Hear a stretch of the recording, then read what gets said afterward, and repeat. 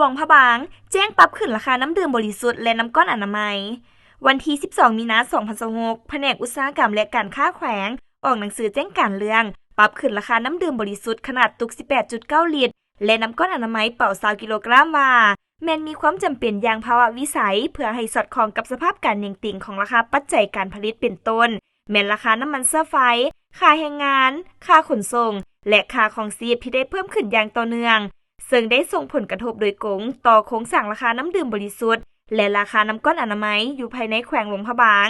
ดังนั้นแผนกอุตสาหกรรมและการค้าแขวงจึงได้ออกแจ้งการมายังบรรดาทานเพื่อรับทราบและปฏิบัติคือ 1. ปรับขึ้นราคาน้ำดื่มบริสุทธิ์ขนาดตุก 18.9 ลิตรจากราคา 10,000 กีบต่อตุกมาเป็น 15,000 กีบต่อตุก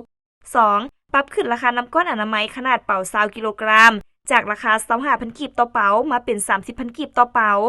3. บรรดาโรงงานผลิตน้ำดื่มโรงงานผลิตน้ำก้อนอนามัยต้องได้เอาใจใส่ด้านการผลิตให้ได้คุณภาพมาตรฐานสะอาดปลอดภัยและจำหน่ายตามความต้องการของสังคม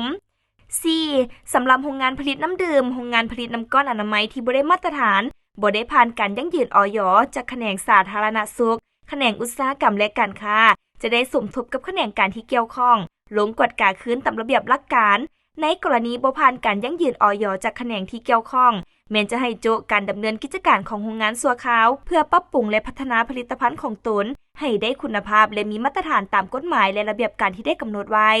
5. ถ้าหากพบเห็นโรงงานผลิตน้ำดื่มโรงงานผลิตน้ำก้อนอนามัยใดหนึ่งขึ้นราคาโดยบ่ได้รับอนุญาตและบ่มีเหตุผลเพียงพอถือว่าเป็นการละเมิดแจ้งการฉบับนี้และจะถูกปฏิบัติมาตรการตามระเบียบการอย่างเข้มงวด 6. แจ้งการฉบับนี้แม้นได้เปลี่ยนแทนแจ้งการของแผนกอุตสาหกรรมและการค้าแขวงหลวงพระบางฉบับเลขที่1467/อค.ลงวันที่ 4 ธันวาคม 2025และมีผลศักดิ์สิทธิ์นับแต่วันลงลายเซ็นเป็นต้นไป